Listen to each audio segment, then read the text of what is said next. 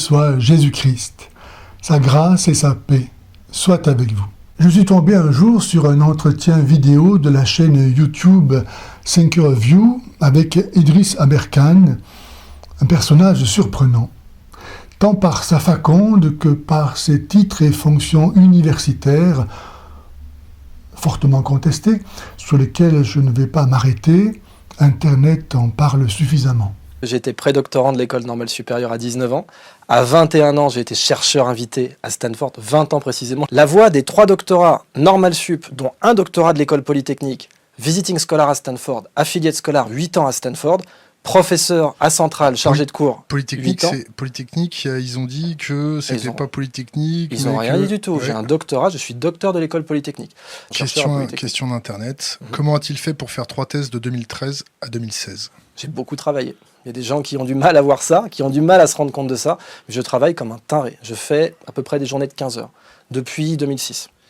Je ne vais pas non plus analyser les affirmations d'allure scientifique qu'Idriss Aberkane présente, ce que d'autres ont fait aussi, ni commenter ses offres commerciales, se résumant à vendre des techniques pour, je cite, améliorer sa qualité de vie, atteindre à plus de joie et de sérénité, à des connaissances nécessaires pour vous libérer, à une meilleure utilisation du cerveau pour prendre les décisions de votre vie et agir en pleine conscience. Changez vos processus mentaux pour vous transformer. Élargir les esprits, élever les consciences, mettre la science au service de l'homme, de la nature et du futur des générations. Comme si les enjeux de la liberté relevaient d'une technique. Sous couvert d'être révolutionnaire, le discours d'Idriss Aberkane est au contraire parfaitement au diapason de la société matérialiste, individualiste et hédoniste, à qui il promet le bonheur dont il a le secret, grâce à une connaissance infinie, offrant donc une réalisation de soi infinie. Ève au paradis avait déjà entendu ce propos, « Vous serez comme des dieux ». J'ai fait mon premier doctorat sur la géopolitique de la connaissance.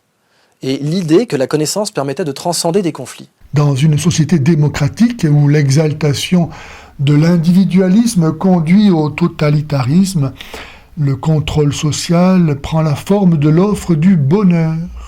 La malédiction de la souffrance est le problème auquel l'État entend remédier grâce à ses thérapeutes, experts en technologie du soi, coaching, contrôle social, démocratie. La nouvelle religion laïque propose d'atteindre le bonheur grâce au développement des forces personnelles et Idriss Aberkane offre la neurosagesse. La recette est simple. Les problèmes de la vie ordinaire sont autant de problèmes mentaux. La conscience du mal est en fait pathologique. Et si de gens simples sont inquiets ou pessimistes, c'est parce qu'ils refusent bêtement le bonheur que leur offrent les techniques d'épanouissement personnel et de coaching. En empêchant la société d'être heureuse, ils en sont les tares. Aussi, toute situation humaine est-elle devenue pour l'État occasion de materner, infantiliser, déresponsabiliser, comme on le voit avec son ingérence jusque dans les relations familiales et l'éducation des enfants. C'est au point que les formations intellectuelles, morales, spirituelles sont remplacées par l'estime de soi. Et l'on va voir en Idriss Aberkane un spécimen d'envergure d'estime de soi. Cette estime de soi qui est aussi utilisée pour conduire l'employé à augmenter ses performances que pour pousser la personne âgée ou malade à demander son euthanasie. Je ne sais pas si Idriss Aberkane le sait, mais l'une des sources du coaching dans les années 70 était la secte hindoue Divine Light Mission, dont le but était de conduire ses membres au bonheur à tout prix, tout comme le coaching considère obligatoire le développement personnel. Pour cette secte, les individus, je cite, et les nations mécontents ou insatisfaits ne peuvent jamais promouvoir une paix durable dans le monde. C'est pourquoi les agents du contrôle social ont la mission de transformer, grâce à leur technique, la connexion entre les processus neurologiques, le langage et les modèles de comportement acquis, afin de produire le bonheur. Bien avant Idriss Aberkan, donc, le gourou Maharaji enseignait, je cite, des pratiques fondamentales de paix intérieure, dont la somme représentait une expérience appelée, elle aussi, connaissance, terme que traduit celui de gnose, l'éternel ennemi de la foi révélée. Et bien sûr, il n'enseignait aucune règle, croyance ou pratique éthique, ce qui n'aurait pas été pour déplaire à Richard Francis Burton, qu'Idriss Aberkan donne comme modèle à la jeunesse. Un conseil pour les jeunes générations ?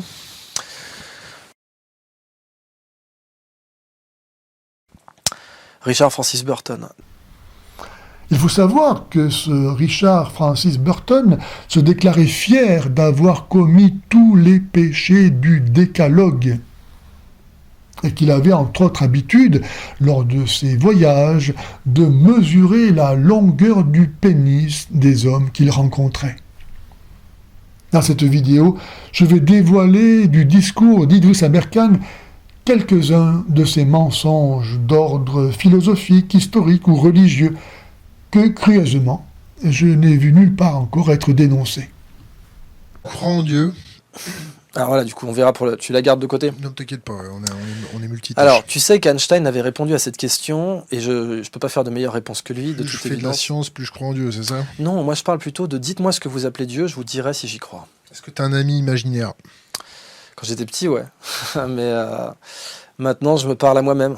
Ce que je viens de dire de l'influence de la gnose sur la pensée d'Idriss Aberkan se laisse voir en cette réponse. Au journaliste, lui demandant s'il croit en Dieu, Idriss est incapable de répondre simplement par oui ou par non. Pourquoi ? Parce qu'il est soufi, et que le soufisme est une gnose, c'est-à-dire une connaissance secrète, obscure, inavouable. Certes, il est vrai qu'il y a maintes déformations de l'idée de Dieu, mais il n'en reste pas moins vrai que le mot Dieu, en notre culture, renvoie nécessairement pour tous à l'être infiniment supérieur, transcendant, cause et fin de tout, à l'unique et vrai Dieu, révélé par le Christ, tout-puissant, créateur, provident, sauveur et juge au dernier jour. Si donc Idriss Aberkan ne peut pas dire qu'il croit en lui et qu'il éprouve le besoin d'en discuter, c'est parce qu'il a rejeté le Dieu révélé par Jésus-Christ, communément désigné par le mot Dieu, et cela parce que son Dieu à lui est celui de la gnose.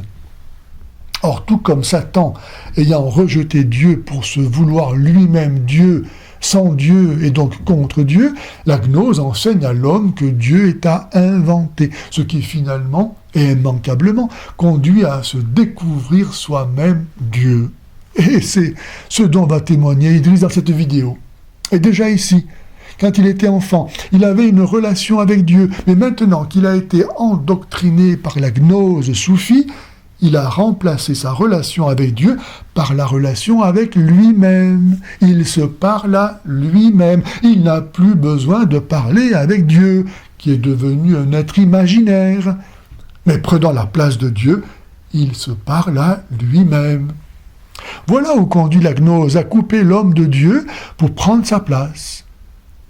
Mais si la gnose, au terme de l'initiation, réussit à faire croire à l'homme qu'il est Dieu, illumination des ténèbres de l'enfer, elle ne lui expliquera jamais pourquoi, si l'homme est Dieu, il se retrouve dans la condition si lamentable qui est la sienne aujourd'hui. Bref, rien d'étonnant à ce que Idriss Aberkan nous vende la solution gnostique de la connaissance. Tu te situerais plus athée, plus déiste, non déiste ? Non, moi je suis soufi. Je suis soufi et je suis sur une voie. Idriss est trop intelligent pour se déclarer simplement musulman. Il a besoin de trouver ailleurs les réponses que l'islam ne peut pas lui donner. C'est pourquoi il est soufi. Le soufisme permet en effet de continuer à se dire musulman, tant il est dangereux de quitter l'islam, tout en se référant à autre chose, à une révélation ésotérique transmise soi-disant depuis Mahomet de maître à disciple. Il faut dire que cette connaissance a toujours irrité les pouvoirs musulmans, non seulement parce qu'étant secrète, elle leur échappait, mais encore parce qu'elle nie frontalement le caractère évident et complet de la révélation d'Allah qu'est le Coran. Je m'appelle Idriss parce que mon père était fan d'Idriss Shah. Idriss Shah, c'était un grand maître soufi du XXe siècle, donc je vais certainement pas dire que je crois pas en Dieu. Par contre, le soufi, comme tout mystique, rejette tout ce qui réduit Dieu, rejette tout ce qui rabaisse Dieu. Par exemple, croire que c'est un grand barbu qui lance des éclairs. Et ça, j'y crois pas. Ici, Idriss affirme croire en Dieu. Mais comme il nous l'a dit précédemment, son Dieu à lui n'est pas celui auquel nous pensons spontanément, le Dieu de Jésus-Christ. Le Dieu auquel Idriss veut bien croire doit correspondre aux critères que lui, Idriss, estime convenables pour un Dieu. Notamment le fait de ne pas pouvoir être rabaissé. Mais qui d'autre que le démon, père de l'orgueil, a horreur de l'humilité de Dieu manifestée par l'incarnation et la passion du Christ. Outre qu'en Dieu, grandeur et petitesse s'identifient en son adorable unité, les musulmans n'ont pas compris qu'en considérant l'incarnation indigne de Dieu, non seulement ils insultent le Créateur, qui selon eux devrait donc avoir honte de sa création, mais encore se jugeant eux-mêmes indignes de Dieu, ils se vouent ainsi au malheur éternel. Si seulement ceux qui crient « Allahu Akbar, Allah est le plus grand », comprenez que cela n'a aucun sens, parce qu'étant unique, Dieu n'a pas besoin de se comparer, et que toute la création montre que Dieu est aussi bien grand que petit, étant le tout autre. Les savants découvrent chaque jour davantage aussi bien les immensités de l'infiniment grand que les profondeurs de l'infiniment petit, et Dieu cesserait d'être infini en s'incarnant. Ce que Dieu a fait est très beau et il n'en rougit pas. C'est pourquoi il n'a pas honte d'assumer son œuvre, notre humanité qu'il a créée, afin de la délivrer de nos péchés. Que Dieu soit en lui-même absolument transcendant et donc incommunicable n'empêche pas l'Église de croire qu'il nous aime assez pour, après nous avoir tout donné de ce que nous sommes et de ce que nous avons, mettre le comble à son amour en se donnant lui-même. Et pour cela, à se rendre semblable à nous, sinon comment pourrions-nous le recevoir? Pourrait-il faire quelque chose de plus beau? Et peut-il ne pas faire ce qu'il y a de plus beau? Croire cela conduit à aimer Jésus, et en aimant Jésus, à aimer Dieu et à nous aimer les uns les autres comme Jésus l'a fait. Pourrait-il y avoir un Dieu meilleur que celui-là? Le mot Dieu vient du grec Zeus. Le mot Dieu vient de Zeus. Et c'est pour ça que l'Occident continue. Regarde les Guignols quand ils font une marionnette de Dieu, c'est un grand barbu qui lance des éclairs. Regarde la chapelle Sixtine, c'est un grand barbu qui lance des éclairs.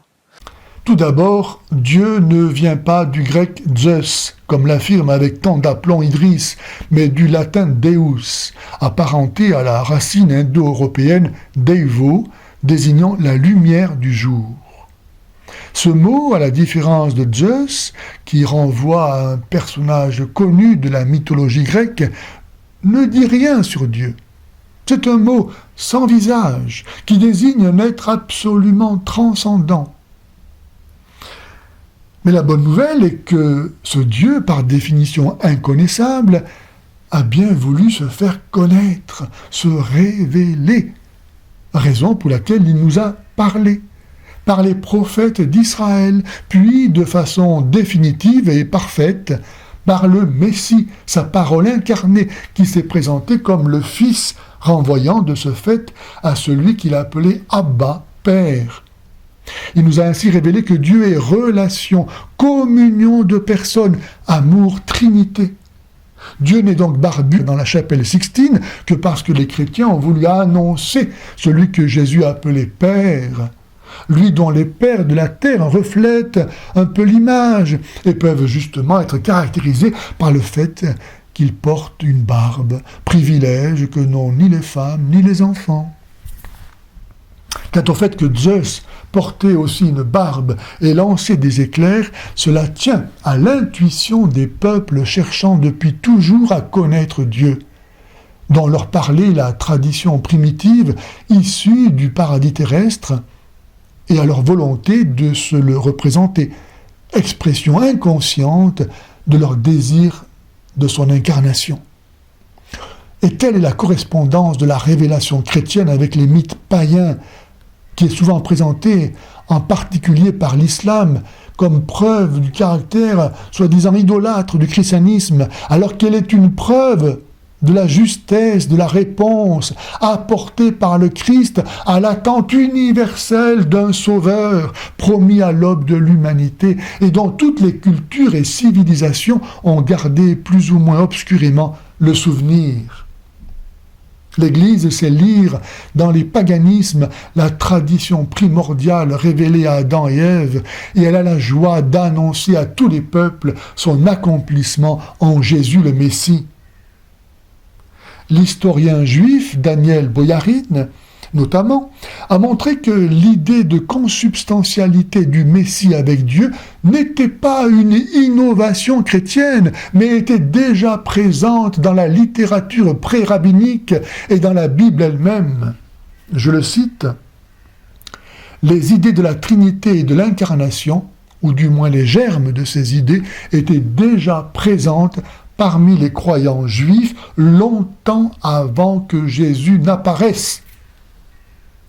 Plutôt donc que rejeter la révélation divine que tout porte à accepter, il faut reconnaître que le monothéisme trinitaire rejoint à la fois la révélation de l'unicité de Dieu portée par le judaïsme pré-chrétien et l'intuition du polythéisme professant la pluralité et l'altérité en Dieu, de sorte que le christianisme conduit chacun de ces deux systèmes religieux à la plénitude de la vérité par eux imparfaitement entrevue.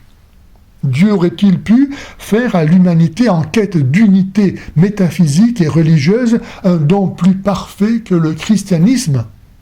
Qu'Idris se rassure donc, en christianisme, aussi vrai que l'Esprit Saint est représenté par une colombe ou par du feu, Dieu n'a pas nécessairement de barbe.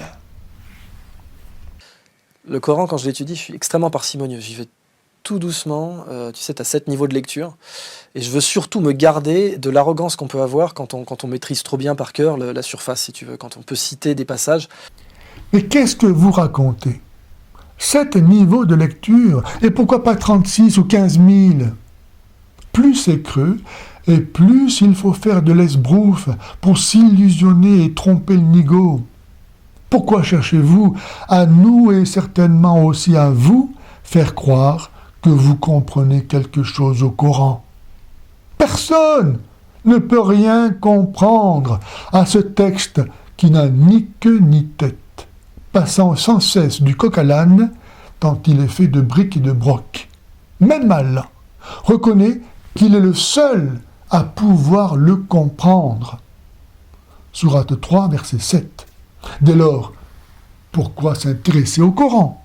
Et si Allah est seul à comprendre ce qu'il dit, pourquoi le dit-il ? Le Coran, il ne faut pas le lire en mec du Club Med. Il faut le lire en océanographe, en étant extrêmement humble, et en essayant de pénétrer le sens profond de chaque passage. en particulier son étymologie, son contexte, etc. Et Quel sens cela a-t-il de parler de contexte pour un livre incréé? Ou bien le Coran est incréé et alors il est hors de tout contexte, ou bien le Coran est un livre humain et dépendant donc du contexte de sa rédaction. Il faut choisir, mais vous ne pouvez pas continuer à jouer sur les deux tableaux, puisque vous ne croyez pas à l'associationnisme. La référence au contexte marche pour la Bible, qui est écrite par des hommes inspirés par Dieu, mais pas pour le Coran, qui est tombé du ciel, où il est resté à l'identique sur la table gardée d'Allah. Vous devriez savoir cela. Cessez donc de vous illusionner et de vous faire le serviteur de cette imposture. Pour un scientifique, ce n'est pas sérieux. Et s'il y a eu des siècles d'écoles d'interprétation, c'est précisément parce qu'il était admis et convenu, non seulement que le Coran a une profondeur, mais également que personne n'a le droit de l'interpréter à votre place. Vous pouvez être conseillé, mais si vous prenez une interprétation, c'est votre responsabilité. Fantastique. Vous pouvez faire dire ce que vous voulez au Coran. Tout est son contraire. Dans le Coran et la tradition, on peut trouver la chose et son contraire. Les mots n'ont donc pas de sens, ni les règles de grammaire, de style ou d'orthographe. Voilà bien exprimé, avec tout l'aplomb qu'il faut, l'enseignement du néant, la tromperie magique.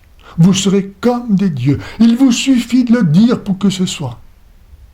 Mais où est l'infini respect dû à Dieu, si l'on peut se substituer à lui pour lui faire dire ce que l'on veut? Mais si, au fond, tout est affaire d'interprétation, qu'est-ce qui fait que la vôtre, qui est très libérale, est plus juste que celle de l'imam d'à côté qui dira le contraire? C'est pas une question d'interprétation juste ou pas. Le Coran et la tradition du prophète ne livrent pas une doctrine particulière, ni une doctrine sur la foi, ni une doctrine sur les pratiques.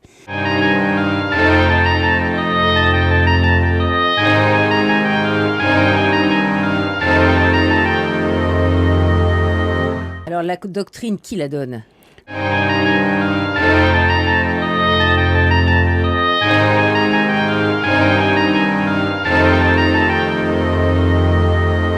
Dieu parle-t-il s'il n'y a pas moyen d'accéder à ce qu'il a effectivement dit? De deux choses l'une, ou Dieu ne parle pas dans le Coran, ou l'associationnisme n'est pas un péché pour l'islam. Si le texte n'a pas d'autre sens que celui que vous lui donnez, alors il est facile de comprendre pourquoi l'islam et sa spiritualité du vide, donc, plaisent tant à la culture et à l'art contemporain, pour lesquels c'est justement le sujet regardant qui fait l'œuvre. Marcel Duchamp vous présente un bidet et vous vous extasiez devant la Joconde. Je vous vends des cacahuètes et vous m'achetez des diamants. Avouez que c'est pratique. Chacun est enfermé dans sa bulle et rien n'existe en dehors, si ce n'est des miroirs aux alouettes. Comment un tel discours pourrait-il ne pas convenir à ceux qui, à l'instar de Satan, rejettent Dieu pour se préférer eux-mêmes? J'entends la voix de Saint Pierre dénoncer ces hommes souillés et flétris qui mettent leur volupté à vous tromper, alléchant les âmes mal affermies avec des discours gonflés de vide. Ils promettent la liberté alors qu'ils sont eux-mêmes esclaves de la corruption. Fontaines sans eau, nuages poussés par le vent, animaux sans raison, blasphémant ce qu'ils ignorent, êtres maudits, l'obscurité des ténèbres leur est réservée. Qu'est-ce que tu penses de l'islam radical? Ben justement, pour moi, c'est pas de l'islam. Je vais être très honnête, ce n'est pas de l'islam. Le mot radical, d'ailleurs, n'est pas du tout bienvenu. Parce que radical, ça veut dire la racine. C'est quoi leur racine? Quelle est leur racine? Connaissent-ils l'islam du 7e siècle? Ce n'est pas ça l'islam. Mais quelle autorité avez-vous, Idriss, pour dire ce qu'est ou ce que n'est pas l'islam? Ceux qui sont appelés radicalisés ou islamistes pensent que c'est votre islam qui n'est pas le vrai islam. Et ils se réfèrent au même Mahomet et au même Coran que vous, qu'ils ont étudié dans les universités islamiques d'Al-Azhar, d'Arabie Saoudite, du Pakistan et d'ailleurs. en sorte qu'ils connaissent l'islam du 7e siècle aussi bien que vous, sinon mieux. Mais alors que Jésus a confié son autorité au pape, Mahomet n'a confié la sienne à personne, en sorte que personne en islam, pas même vous, n'a autorité pour parler au nom de l'islam.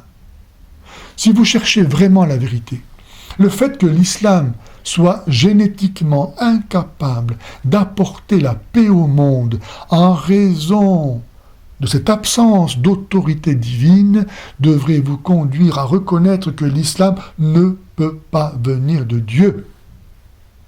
Il y aura toujours en effet quelqu'un pour prétendre détenir une compréhension de l'islam meilleure que la vôtre, et personne ne pourra dire le contraire. Tes préconisations pour les politiques de contre-radicalisation? L'islam, c'est comme d'un point de vue géopolitique, c'est un petit peu comme notre flore, tu sais, notre flore commensale, notre flore naturelle. Si tu veux chasser la flore dangereuse, il faut qu'il y ait une flore saine. Pour moi, la déradicalisation, eh bien, contre-radicalisation. Oui, contre, c'est des termes un peu fashion, ne marche que si tu as un islam sain. La solution d'Idriss pour supprimer l'islam radical, c'est l'islam saint.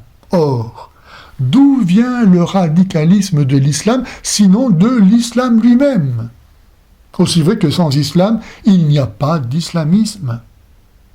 Votre distinction entre islam saint et islam pas saint est un tour de passe-passe récusé par quelqu'un tout aussi musulman que vous, le président de la Turquie, M. Erdogan, pour qui, je cite, « l'expression islam modéré est laide et offensante. Il n'y a pas d'islam modéré. L'islam est l'islam. Il n'y a pas d'islam saint et d'islam pas saint. Il n'y a qu'un seul islam qui produit invariablement les horreurs de l'islam dit radical. » Ainsi que Jésus l'enseigne, tout arbre bon produit de bons fruits et tout arbre mauvais produit de mauvais fruits. Un arbre bon ne peut pas produire de mauvais fruits, ni un arbre gâté porter de bons fruits.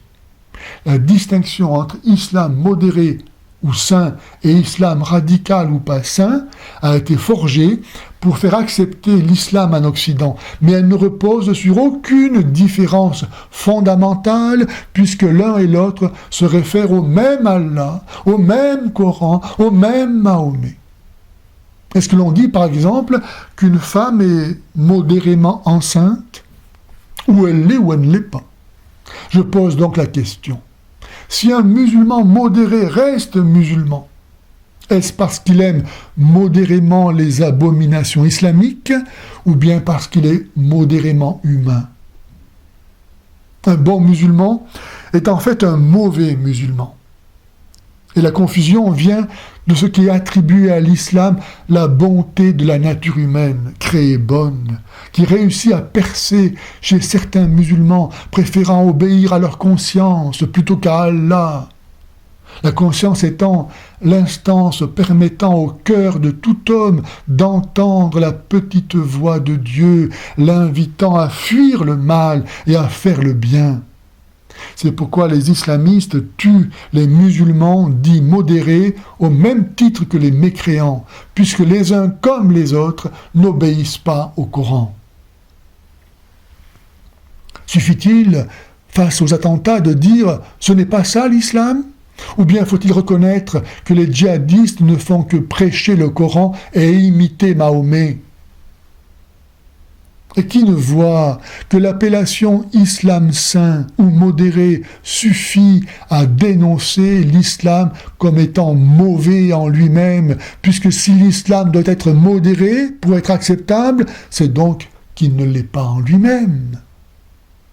Nul besoin de modérer le christianisme. Plus on imite le Christ, plus on est saint et aimable. Et plus on imite Mahomet, et plus on est haïssable. Il n'y a qu'un seul Messie, en dehors duquel c'est l'enfer assuré. C'est pourquoi la solution à l'islam radical n'est pas de prêcher un prétendu islam saint, mais de prêcher le christianisme. Nul danger jamais à imiter le Christ. Idriss Aberkane ne se rend peut-être pas compte qu'en défendant l'islam, quel que soit l'enrobage sous lequel il nous le présente, il sert l'antichrist. Car qui peut venir après le Christ, sinon l'antichrist ? Jésus nous a avertis, qui n'est pas avec moi est contre moi, qui n'amasse pas avec moi dissipe. Je me suis battu pendant 10 ans contre l'idée d'un clash des civilisations. Ma thèse de littérature comparée à l'Université de Strasbourg, qui est librement consultable en ligne, eh bien, elle travaille sur le fait que le clash des civilisations n'existe pas. Que c'est un mythe. Que s'il existait, eh bien, jamais la France n'aurait eu comme plus long allié de son histoire l'Empire ottoman. Le clash des civilisations existe bel et bien. Il est dans l'ADN de l'islam. Aussi vrai qu'Allah, par la bouche du vrai musulman qui était Abraham, prescrit la guerre universelle et perpétuelle contre tout ce qui n'est pas musulman. Entre nous et vous, c'est l'inimitié et la haine à jamais, jusqu'à ce que vous soyez musulmans. Comme Satan, qui n'existe qu'en s'opposant à Dieu, sans le christianisme auquel il s'oppose, l'islam n'existerait pas. Croyez donc à Allah et en ses messagers, et ne dites pas 3, cessez, ce sera meilleur pour vous. Allah n'est qu'un Dieu unique, il est trop glorieux pour avoir un enfant. Les chrétiens ne sont qu'impureté, qu'Allah les extermine. L'islam n'est que refus de la foi chrétienne. Sans kafir, sans mécréant, il n'y a pas de musulmans. La profession de foi musulmane, la shahada, est l'expression de ce refus. J'atteste qu'il n'y a pas de divinité si ce n'est Allah. Autrement dit, non à la Sainte Trinité, à laquelle je préfère l'inconnaissable Allah. Et Mahomet, l'envoyé d'Allah, autrement dit, non à Jésus-Christ, Fils de Dieu, Sauveur des hommes, à qui je préfère Mahomet, parfait criminel. Un musulman se rassure d'être musulman parce qu'au moins il n'est pas chrétien. Sachant que le chrétien est coupable du seul péché qu'Allah ne peut pas pardonner et qu'il est voué à l'enfer par Allah qui égare qui il veut. C'est ainsi qu'être antichrétien est un gage de légitimité islamique et c'est la raison pour laquelle le conflit avec l'Occident est vital pour l'islam. Ainsi, les régimes musulmans se légitiment aux yeux de leur population en permettant la lutte contre les chrétiens. En Afghanistan, au Pakistan, aux Moluques, au Nigeria, en Arabie Saoudite, au Soudan et ailleurs, se convertir au christianisme est sanctionné légalement par la peine de mort. La pression sur les églises du Proche et du Moyen-Orient est telle que les chrétiens fuient leur terre pour sauver leur vie. En Syrie, du tiers de la population qu'ils étaient à la fin du XIXe siècle, ils sont aujourd'hui moins de 5%. En 1932, ils formaient au Liban plus de 55% de la population. Leur proportion y est à présent inférieure à 30%. Avant le génocide de 1913-1923, les chrétiens de l'Empire ottoman représentaient le tiers de la population de la Turquie, qui est devenue aujourd'hui musulmane à 99,6%. En Iran, leur nombre a diminué de 66%. En Irak, en une génération, les chrétiens ont diminué de 90%. Si l'œuvre propre de l'Antichrist est de détruire l'œuvre du Christ, qui est l'Église, est-ce que l'islam ne détruit pas l'Église partout où il le peut ? Que ce ne soit pas partout parfaitement le cas, ou que la France ait pu avoir comme allié l'Empire ottoman, ne remet pas en cause ce que je viens de dire, car une chose sont les principes et autre chose la façon dont ils sont mis en pratique. Ainsi, de même que la France n'a pas toujours été fidèle aux bons principes de la foi catholique, de son baptême, et nous ne le voyons que trop aujourd'hui, De même, pour la raison que j'ai précédemment évoquée, à savoir qu'il est possible à un musulman de préférer écouter sa conscience plutôt qu'Allah, un pays musulman peut être infidèle aux principes mauvais de l'islam. La règle reste cependant celle que Jésus a annoncée. Aucun arbre mauvais ne peut donner de bons fruits, ni un arbre bon donner de mauvais fruits. Cette notion d'un choc des civilisations, elle est aussi contredite par le fait que l'immense majorité des victimes du terrorisme dit islamique sont des musulmans. Que la majorité des victimes de l'islamisme soient des musulmans ne remet nullement en cause le choc des civilisations, mais s'explique très bien du fait que l'islam, produisant les islamistes comme le roncier produit les ronces, c'est nécessairement d'abord en pays musulman que les islamistes produisent les fruits mortifères de l'islam. Et ensuite, puisque pour un pieux musulman, les musulmans n'obéissant pas strictement au Coran sont des mécréants, il est licite, sinon un devoir, de les tuer. Quant au fait que les islamistes tirent contre leur propre camp, ne peut étonner que ceux qui n'ont pas encore réalisé que l'islam rend foncièrement bête et méchant. Si tu veux lutter contre la radicalisation, il faut lutter contre le désespoir. Et c'est précisément pour ça que les scouts musulmans de France ont été créés. C'était pour donner de l'espoir dans les banlieues. Si lutter contre la radicalisation implique de lutter contre le désespoir, lutter contre le désespoir n'implique pas de promouvoir l'islam, au contraire même, puisque l'islam plonge dans le désespoir. En effet, en islam, le salut ne dépend que du bon plaisir d'Allah, qui égare qui il veut, en sorte que la menace de l'enfer tourmente sans cesse l'esprit musulman.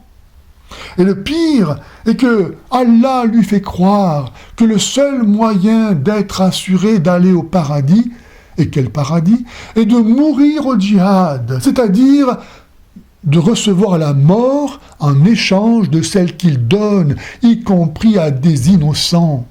Car Allah s'est engagé à donner sa récompense à celui qui tue ou est tué pour lui. C'est pas beau ça ? Ça vaut vraiment la peine de prêcher l'islam, avec l'air innocent des maîtres experts dans l'art de la taqiyya.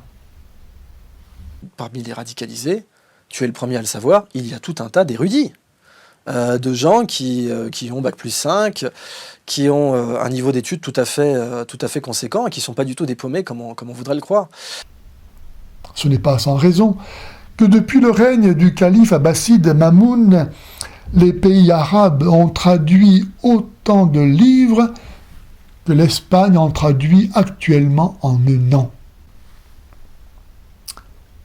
C'est-à-dire depuis le IXe siècle.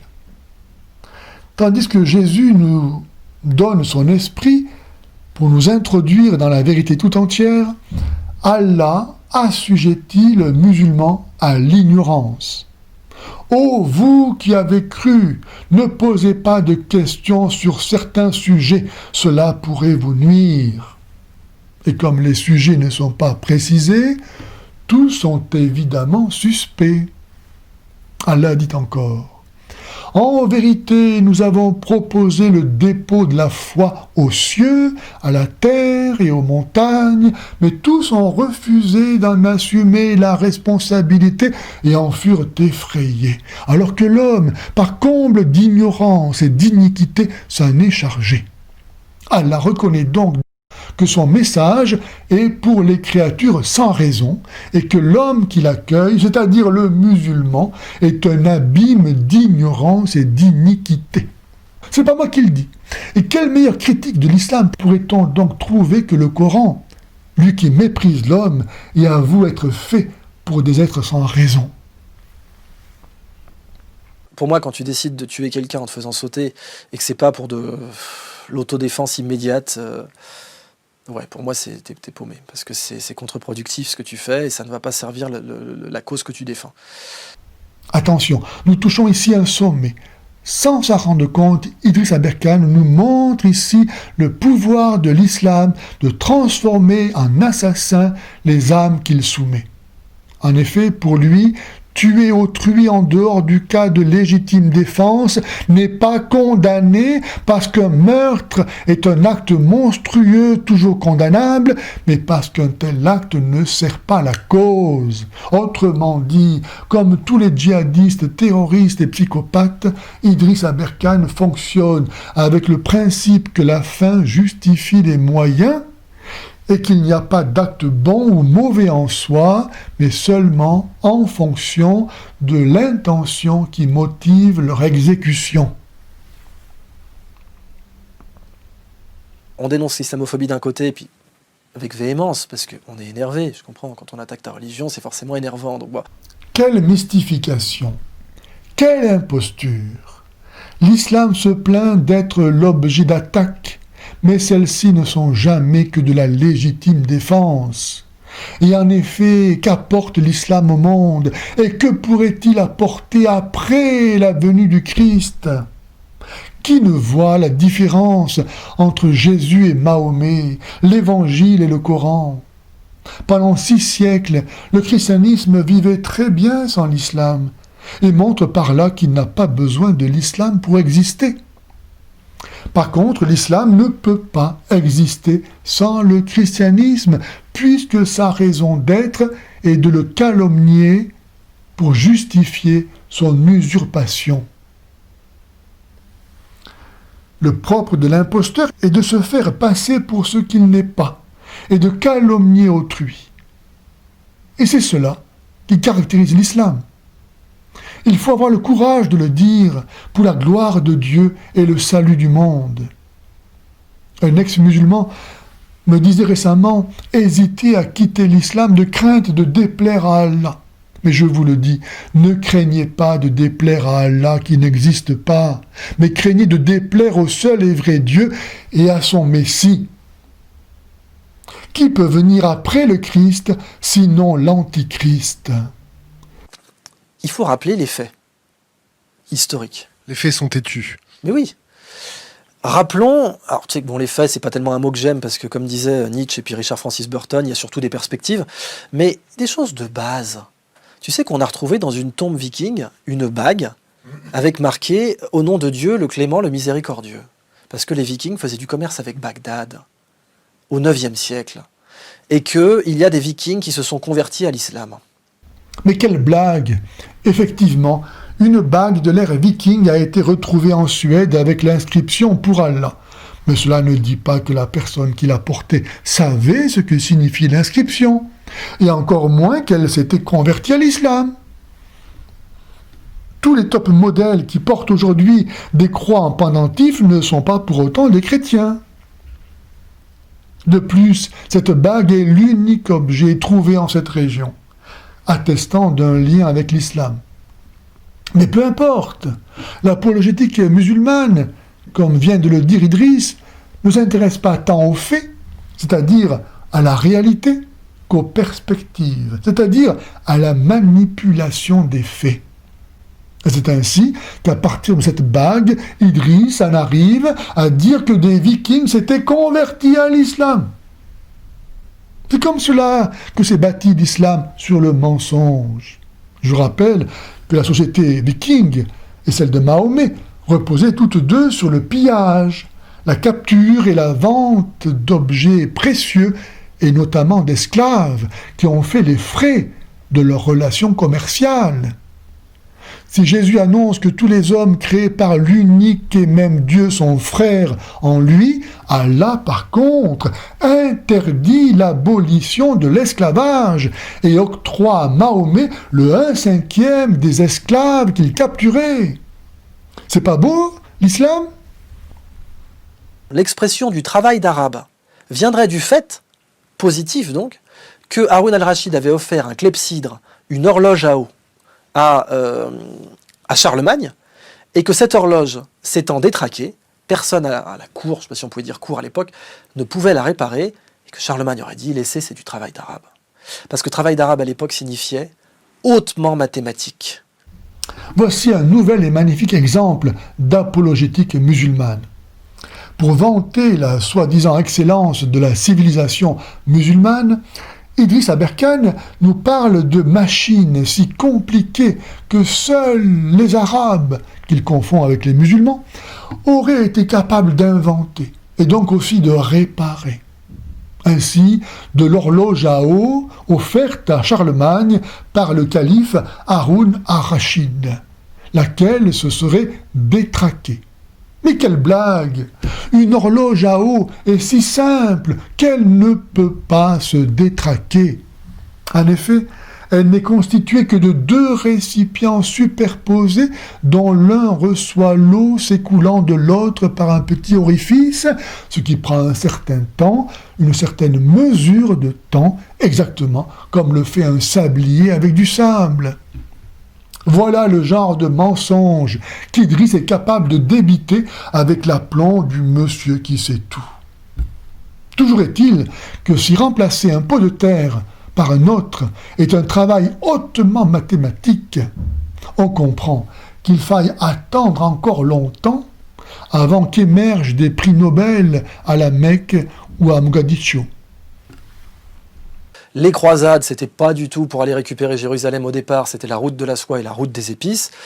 Depuis l'origine du christianisme, les chrétiens se sont rendus en Terre Sainte, non pour le lucre, comme ose le dire Idriss, mais comme chacun sait, pour vénérer les lieux saints. Et c'est bien tardivement qu'ils voulurent reconquérir la patrie du Christ pour porter secours à leurs corélégionnaires persécutés sous l'innommable charia, et lors des pèlerinages par les raquettes et les multiples agressions. Aussi, lorsque augmenta le nombre des pèlerins à l'occasion du millénaire de la mort du Christ, il fallut organiser des troupes armées pour assurer leur sécurité. Voilà la première raison des croisades. Pour donner une idée de l'ambiance, parmi tant d'autres faits rapportés par l'historien Jacques Herse, voici ce pèlerinage conduit par l'archevêque de Mayence qui fut presque entièrement massacré le 25 mars 1065 par les Bédouins de Ramallah. En cela digne émule de Mahomet, célèbre lui-même pour ses attaques de caravanes. Mais la prise de Jérusalem par les Turcs seldjoukides en 1071 rendit le pèlerinage impossible d'accès et conduisit l'empereur byzantin Alexis Comnène à demander l'aide des Occidentaux. La deuxième raison des croisades est donc cette invasion à l'est de l'Europe et en Terre Sainte par les Turcs seldjoukides, qui contraignit les chrétiens occidentaux à envisager la reprise de Jérusalem, et ce alors même que l'Europe devenue chrétienne cherchait à vivre selon l'esprit de l'Évangile. Et c'est la troisième raison pour laquelle il est faux de dire que la raison des croisades a été la recherche du lucre. En effet, l'Église avait réussi à humaniser la société, à discipliner les humeurs belliqueuses des Européens par des institutions comme la trêve de Dieu ou la paix de Dieu qui limitaient l'usage des armes sous peine d'excommunication. L'invasion de l'Est de l'Europe augmenta la menace de totale submersion musulmane de l'Europe, déjà bloquée à l'ouest par le califat de Cordoue, auquel les Almoravides venaient de prêter main forte au XIe siècle, et tandis que le sud du royaume franc était régulièrement pillé par les Sarrasins régnant sur les côtes de la Méditerranée par la piraterie. Je veux donc dénoncer ici la mystification visant à culpabiliser les chrétiens pour leur action de légitime défense qu'ont été les croisades et qui présentent les musulmans comme de pauvres victimes agressées sur leurs terres, alors que ces terres ne leur appartenaient pas puisqu'ils les ont conquises par la violence. Et comment ne pas dénoncer ici le président Erdogan voulant aujourd'hui s'approprier les îles grecques après s'être approprié la moitié de l'île de Chypre et qui célèbre chaque année en grande pompe la prise de Constantinople. Qu'un peuple célèbre la récupération d'une de ses villes se comprend, mais fêter la prise d'une capitale étrangère, qu'est-ce d'autre sinon faire montre d'esprit belliqueux digne des filles du diable? Qui sait aujourd'hui que le minaret est une structure d'origine chrétienne? Mais qu'y a-t-il d'étonnant, cher Idriss, à reconnaître que le minaret soit une structure d'origine chrétienne? Y a-t-il quelque chose de bon en islam qui ne l'ait copié ou volé? Puisque l'algèbre, al-jabar, c'est un mot arabe, puisque le X dans les équations, ça vient des Arabes, les Arabes utilisaient une lettre qu'ils prononçaient re pour noter l'inconnu dans une équation, et cette lettre qu'ils ont prononcée re, les Espagnols l'ont latinisée avec un X qu'ils prononçaient eux-mêmes re, Mexico, en Andalousie donc. Algorithme, c'est un mot arabe. C'était la latinisation du mathématicien Al-Khwarizmi. De même qu'à partir d'une bague musulmane, Idriss a été capable de nous dire que les Vikings se convertissaient à l'islam, à partir d'une ressemblance homophonique, il veut ici nous faire croire que les musulmans auraient inventé la notion d'inconnu en mathématiques. Or, les plus anciens problèmes mathématiques font déjà usage du terme d'inconnu au sens de valeur à rechercher. Ainsi, du papyrus égyptien appelé Rind, daté de l'an 33 du règne du pharaon Apophis, de la 15e dynastie, c'est-à-dire dans la première moitié du XVIe siècle avant notre ère. Le scribe Hamès, qui l'a rédigé, annonce même en introduction que son texte est une copie d'une version plus ancienne d'environ 3 siècles. Donc, bien avant l'islam, n'est-ce pas? Du temps de la Jahiliya, c'est-à-dire de la présumée ignorance pré-islamique, où les Égyptiens construisaient des pyramides, excusez du peu. Mais les Babyloniens, eux aussi, posaient des problèmes mathématiques avec des valeurs initialement inconnues. Quant aux mathématiciens indiens, ils travaillaient depuis longtemps sur la racine carrée et sur des problèmes du second degré ayant des solutions non rationnelles. Ils n'avaient pas attendu Al-Khwarizmi, et même si la notion d'inconnu n'était pas encore très explicite, elle le devint avec le mathématicien grec Diophante, qui vécut vers le début de notre ère. Son livre, l'Arithmetica, détaille les propriétés de l'arithmos, le nombre, l'ancêtre de l'inconnu, qui possède une quantité indéterminée d'unités, et qu'il symbolisait par la lettre S. L'idée de nommer l'inconnu vient de Diophante et de personne d'autre. Et elle est passée ensuite aux mathématiciens arabes du Moyen-Âge, je dis bien arabes et non pas musulmans, qui en changèrent le nom. Dès le 8e siècle, les éléments d'Euclide furent traduits en arabe, ainsi que les travaux du mathématicien indien Brahmagupta, et c'est à cette époque qu'Al-Khwarizmi reprend les éléments d'Euclide et présente l'inconnu comme la résolution d'une équation. Si l'on trouve chez lui des avancées par rapport au livre de Diophante, comme le fait que la portée de l'inconnu n'est plus limitée au nombre rationnel, ou l'introduction d'une notation positionnelle des nombres, il y a aussi des régressions, notamment du fait qu'il ne développe pas le langage symbolique, et s'il nomme l'inconnu shay, c'est-à-dire la chose que l'on recherche, il ne la différencie pas de la notion de solution. Les Andalous, alors sous domination musulmane, écriront ensuite ce mot en caractère latin, xai. Et René Descartes, au XVIIe siècle, simplifia ce terme en ne gardant que son initiale X. Bref, à vouloir défendre le mensonge, on ne peut que mentir. Et Idriss n'a pas encore réalisé que ce qu'il a pu y avoir de bon dans la civilisation islamique ne doit pas être mis au compte de l'islam, mais de personnes islamisées ayant réussi à sauvegarder suffisamment du génie de leur culture antérieure pour le faire fructifier non pas grâce à l'islam, mais en dépit de l'islam. C'est ainsi que les miniatures perses du XIVe siècle ne rendent pas témoignage au génie artistique de l'islam, puisque l'islam, refusant l'incarnation, qui est la manifestation de la vérité, refuse aussi nécessairement la représentation. De même, l'architecture des mosquées turques est empruntée aux cathédrales byzantines. Et les superbes mosaïques du dôme du rocher sont l'œuvre de céramistes arméniens. Les musulmans ne sont pas les inventeurs des chiffres, mais les Indiens. Et si Al-Khawarizmi est présenté comme le père de l'algorithme, les anciens Babyloniens et Égyptiens savaient résoudre des équations du premier et du second degré bien avant Euclide. Mais pour idéaliser l'islam, il faut humilier la civilisation occidentale et en fin de compte la religion chrétienne qui en est l'âme.